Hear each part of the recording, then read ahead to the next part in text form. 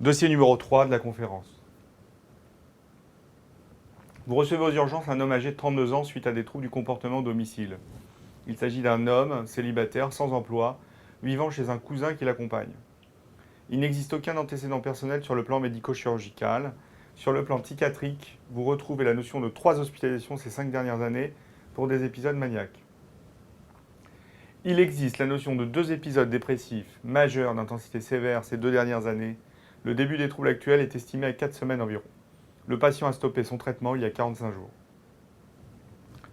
Votre patient est d'emblée familier et très jovial. Il reprend toutes vos fins de phrases comme dans une chanson de rap.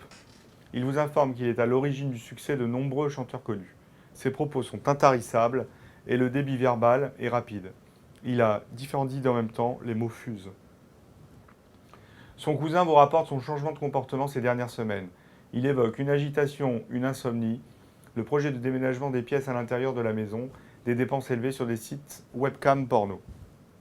L'examen clinique somatique est sans particularité. Votre patient refuse toute prise en charge. Question numéro 1. Faites l'analyse sémiologique de cette observation. On commence toujours par des antécédents en psychiatrie, donc les antécédents personnels et troubles thymiques.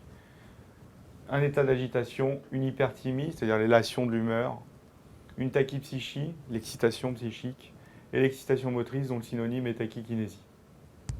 On retrouve une mégalomanie dans ce dossier, des achats et des dépenses inconsidérées, une insomnie sans fatigue qui est un signe sémiologique extrêmement important. Il refuse toute prise en charge, il ne comprend plus rien, un déni du trouble, et enfin l'examen clinique est normal. Donc toujours commencer par les antécédents et terminer par l'examen clinique, comment il est.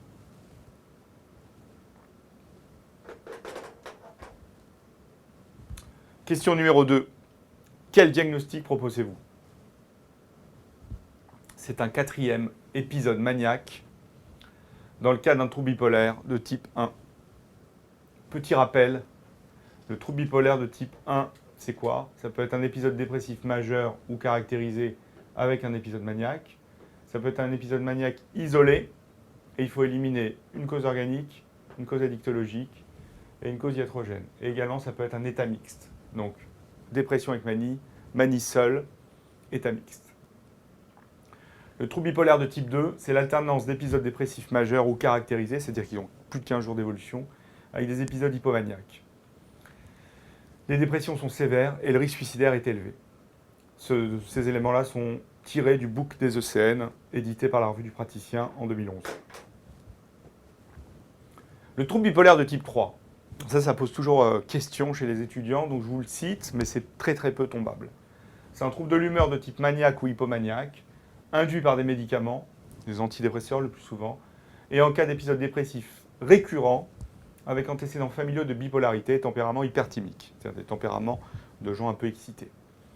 Et enfin, une autre forme de trouble bipolaire, les cycles rapides, c'est au moins 4 épisodes thymiques par an, avec possible période de rémission interépisode. Vous êtes prêts pour la suite? La suite.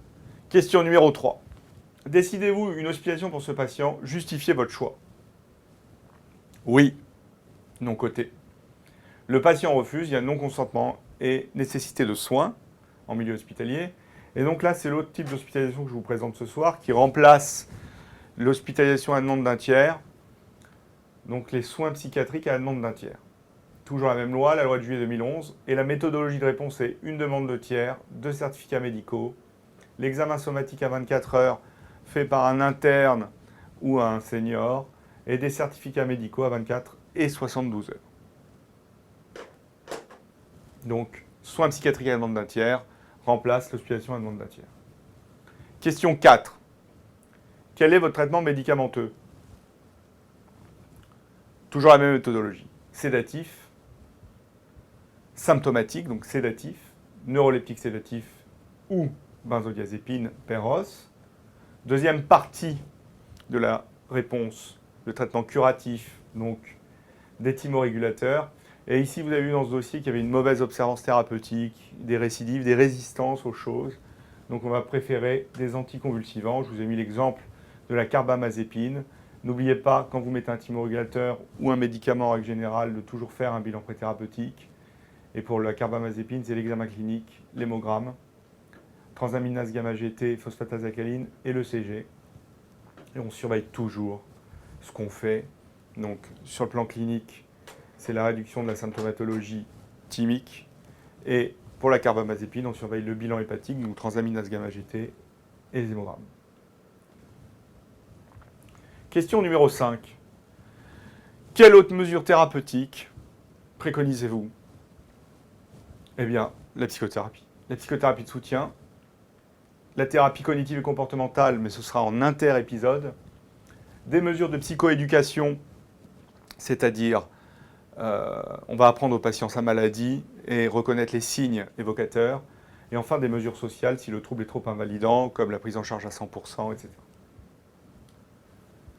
Question 6. Votre patient est stabilisé, mais certains traitements ont pu, par le passé, entraîner des troubles de l'orgasme. Quelles sont les principales causes à évoquer?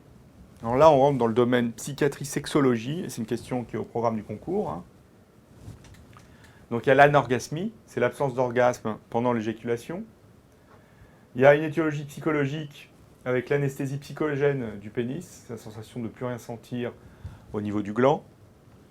L'éjaculation précoce sélective ou non avec suivant le partenaire.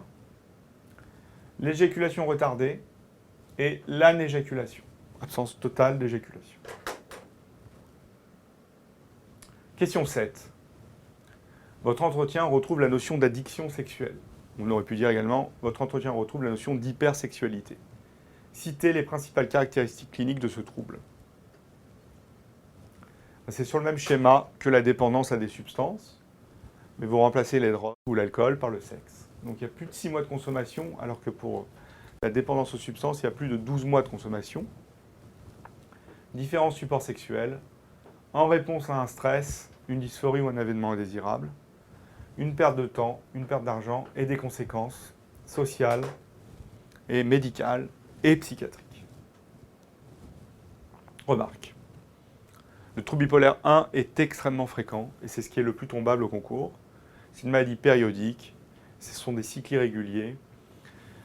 Il y a des périodes intercritiques extrêmement variables et la durée des épisodes est extrêmement variable. Elle est plus courte chez certains bipolaires que chez les unipolaires, donc qui ont des dépressions qui se répètent. Il y a des altérations sociales, il y a des risques de suicide. Et n'oubliez pas, sur le plan addictologique, abus et dépendance à des substances, notamment l'alcool dans les épisodes maniaques.